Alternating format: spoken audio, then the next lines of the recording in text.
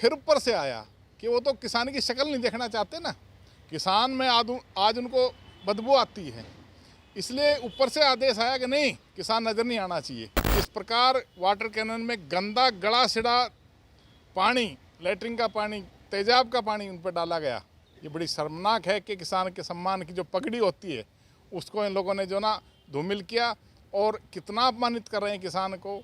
आज ये किसान का चेहरा नहीं देखना चाहते, लेकिन किसान इनकी औकात बता चुका है। किसान लगातार तीनों कृषि कानून को लेकर पूरे देश और प्रदेश में बैठे हुए हैं।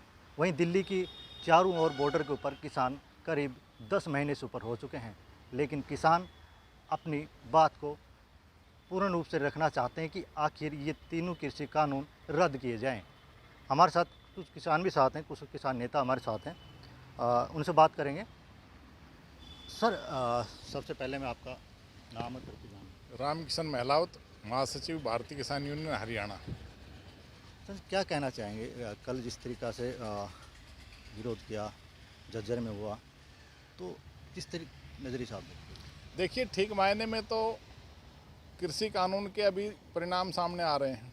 ये जो एमएसपी की दुहाई देते थे कि एमएसपी थी, एमएसपी है, एमएसपी रहेगी, आज एमएसपी के लिए किसान लड़ाई लड़ रहा है। 1 तारीख से धान की और बाजरे की खरीद होनी थी, अब वो 11 तारीख से कर दी। लोग अपना माल लेकर के मंडी में पहुँच गए, धान लेकर के मंडी में पहुँच गए, लेकिन उनको वहाँ निराशा हाथ लगी। अब उसके आक्रोश के रूप में किसान अपना प्रदर्शन कर रहा है।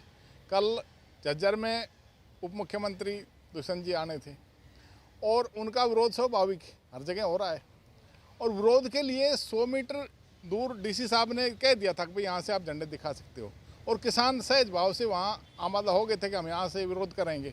लेकिन फिर ऊपर से आया कि वो तो किसान की शक्ल नहीं देखना चाहते ना, किसान में आज उनको बदबू आती है, इसलिए ऊपर से आदेश आया कि नहीं, किसान नज़र नहीं आना चाहिए। और जिस प्रकार वाटर कैनन में गंदा गड़ा सिड़ा पानी, लैट्रिन का पानी, तेजाब का पानी उन पर डाला गया, ये बड़ी शर्मनाक है कि किसान के सम्मान की जो पगड़ी होती है उसको इन लोगों ने जो ना धूमिल किया, और कितना अपमानित कर रहे हैं किसान को। आज ये किसान का चेहरा नहीं देखना चाहते, लेकिन किसान इनकी औकात बता चुका है कि हरियाणा में कहीं भी ये लोग जो ना अपने आवास पे या कहीं भी सार्वजनिक कार्यक्रम में ये नहीं जा पाएंगे। निश्चित रूप से किसान इनका विरोध करेगा। कल एक मैसेज आपकी तरफ, किसान की तरफ से आया था कि जो बात है वो बैठ के भी हो सकती है। आखिर बैठ के क्यों नहीं हो रही बात? देखिए, बात कोई करने को राजी नहीं। 22 तारीख को, जो 22 जनवरी को वार्ता टूटी थी, जिन विषयों पे टूटी थी, उसमें बिजली का मामला सेटल हुआ, उसमें पराली का सेटल हुआ। अब इसको एक तरफ रखते, लेकिन किसी भी तरह एमएसपी पे बात नहीं करना चाहती। अब ये कहते हैं कि तीनों कानूनों की वापसी का चलो जो भी है वो वापसी होने चाहिए, जब उसमें कुछ है ही नहीं किसान के हित में, या तो ये बताएं उसमें किसान के कुछ हित में है, तो जब किसान के हित में नहीं है तो वो वापसी होने चाहिए। लेकिन उससे पहले हम चाह रहे थे कि एमएसपी पे जो ना चर्चा हो, लेकिन एमएसपी पे चर्चा करने को ही तैयार नहीं है लोग। बात तो ये है कि एमएसपी से नीचे किसान को किस तरह लूटें, और प्राइवेट मंडियों में किस तरह किसान को लूट की इजाज़त दें। ये कानून इसलिए लेके आए, इसलिए एमएसपी पे किसी तरह ये टस से मस नहीं हो रहे। ये झूठी दुआई देते हैं कि हम जो ना बैठ करके बात करना चाहते हैं, ये कोई बातचीत करना ही नहीं चाहते। पूरे देश में, यहाँ भी हमने चिट्ठी लिखी है इनके जो नाकाओं को कि भाई कोई यदि इसमें किसी तरह का तुम जो गुमराह कर रहे हो समाज को, कोई बात है तो आइए हम जो ना उसमें रूबरू होकर के इस पर किसी तरह की चर्चा कर लेते हैं।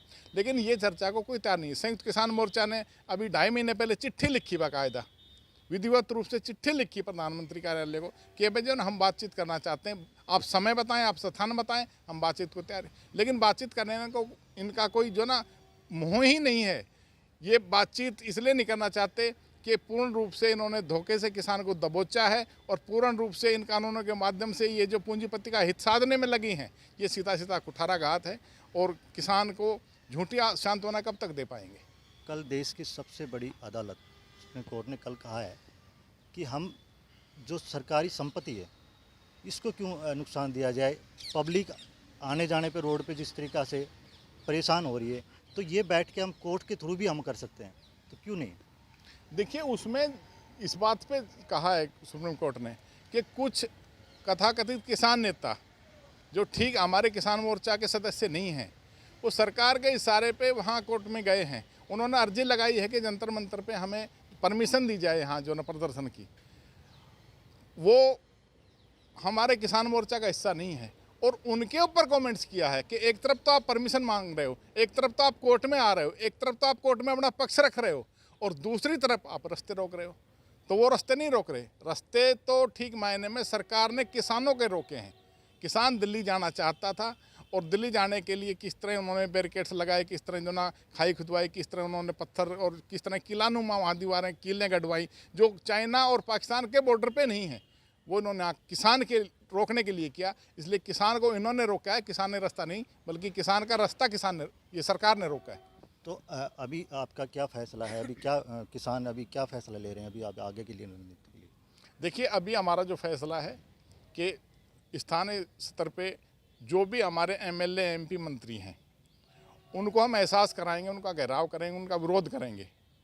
और नीति निर्माता ये हैं हमारे, इन्होंने कानून बनाई है, चाहे हरियाणा में धान खरीद ना होना, चाहे केंद्र के काले कानून हैं, ये सरकार के हिस्से हैं। और सरकार के हिस्से जहाँ भी स्थानीय लेवल पे या एमएलए एमपी या कोई सांसद है, निश्चित रूप से हम उनका जो ना घेराव करेंगे और एहसास कराएंगे कि समाज में रहना है, देश में रहना है, तो किसान की अनदेखी नहीं कर सकते। ये किसान अपनी ताकत का एहसास कराएगा। ये हमारे साथ किसान नेता थे और उनको साफ कहा है कि जब तक हम आगे पीछे नहीं हटेंगे तब तक हमारे तीनों कृषि कानून वापस नहीं ले ली जाए।